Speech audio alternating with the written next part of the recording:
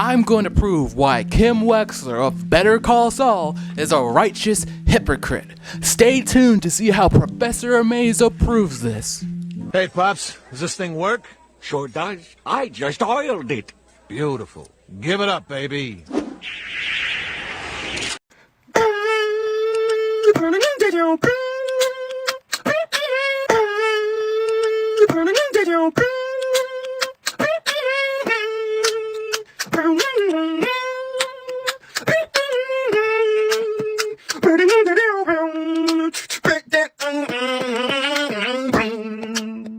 Before we get this video started, make sure you hit that subscribe button, hit that like button, and hit that noti bell. Because I upload content like this 2 to 3 times a month. Sometimes 1 time a month, I'll let y'all know beforehand, but 2 to 3 times a month.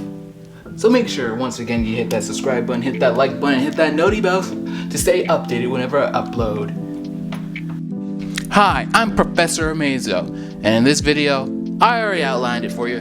Kim Wexler is a righteous hypocrite. Now, Amazo, you may be wondering, why is Kim Wexler a righteous hypocrite? Well, the series already proved it by this point. Kim Wexler is someone who gets high off of scamming people. She gets turned on by it. That's why she loves her relationship with Saul Goodman. She was in the relationship for Jimmy McGill, but she stayed for Saul Goodman. And so, as we saw at the end of season 5, or somewhere near season 5, she basically got betrayed by Jimmy McGill running a scam on her while she was doing a thing for Mesa Verde, turning the lawsuit from Kim and Jimmy versus Mesa Verde. Mesa Verde, whatever the company's name, turning that from those two against that big company to Jimmy versus Kim. And her response was to perplexingly get married. Maybe we get married? So the whole fandom was just perplexed by her decision to suddenly get married. Everybody was wondering, what is she doing? Is she planning to betray Jimmy? Is she setting Jimmy up to fail? What's going on here? And as we later found out, she had no plans to betray Jimmy. So what was her true intentions of getting married to Jimmy McGill, aka Saul Goodman? Well, the thing is, her reason for getting married to someone that betrayed her was so that she can control him better. She had no more interest in Jimmy McGill. And especially after the Bagman episode where Jimmy was so traumatized, he couldn't really be his full self anymore. Big avocado. Enemigo del cartel. No! That's when Kimmy took full control of Jimmy and began crafting this new persona. She crafted the Saul Goodman persona, a persona that she directly created and had 100% control over. Whatever scams they were running, she had to approve it. Whatever plans Jimmy, or Saul at this point, wanted in the future, he would have to run it through her. She would make all the plans, and she would have the last say. And this even came to a head when she knew that Lalo Salamanca, the guy that terrorized Jimmy and almost killed him in season 5, she knew that guy was still alive because Mike Ehrmantraut told her, but she chose not to disclose that information because she was having too much fun. Because I was having too much fun. And a question that a lot of everybody in the fan base has is, how did she know that her and Jimmy were gonna break up if they didn't do the Howard scam? And it's simple. They were gonna break up because Kimmy would have been super pissed at Jimmy. She would have been super pissed that this one opportunity she had to ruin Howard Hamlin's life and his career was gone. She didn't want Jimmy to get in the way of her high, and so if Jimmy got in the way of that, they would have broken up. And she knew that. That's what she meant by in her confession. And so when she realized, oh, this is all my fault, because let's not get it twisted. Everything that happened, Lalo coming back in that episode where he kills Howard, and onward, this is all Kim's fault.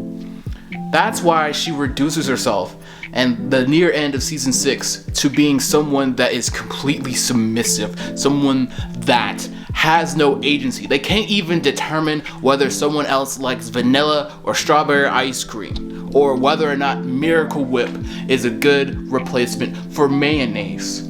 She resigned herself to getting railed by the yup guy. Yep.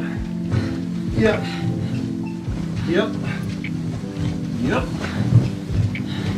Yep. Yep. Yep. I cannot imagine a worse life than that. But that's the life she chose for herself because she doesn't want to make any more choices. She knows how dangerous she is. She knows that the carelessness of her choices led them down this path. Now, Jimmy is another person I'm going to make a video on, but he is an unintentional victim of Kim.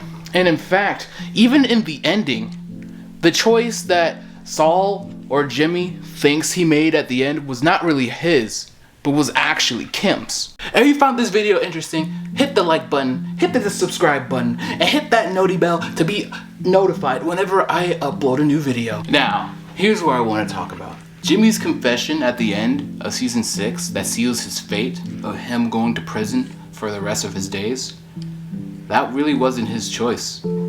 I mean, yes, he made the choice to confess, but think about what made him do it in the first place. In the beginning, when he was talking to the prosecutors, he had them in the palm of his hand.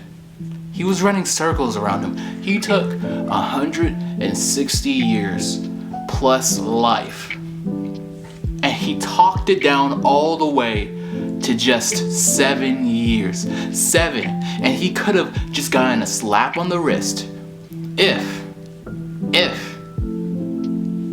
he had that Howard Hamlin story. But here's the thing. Kim took that opportunity away from him.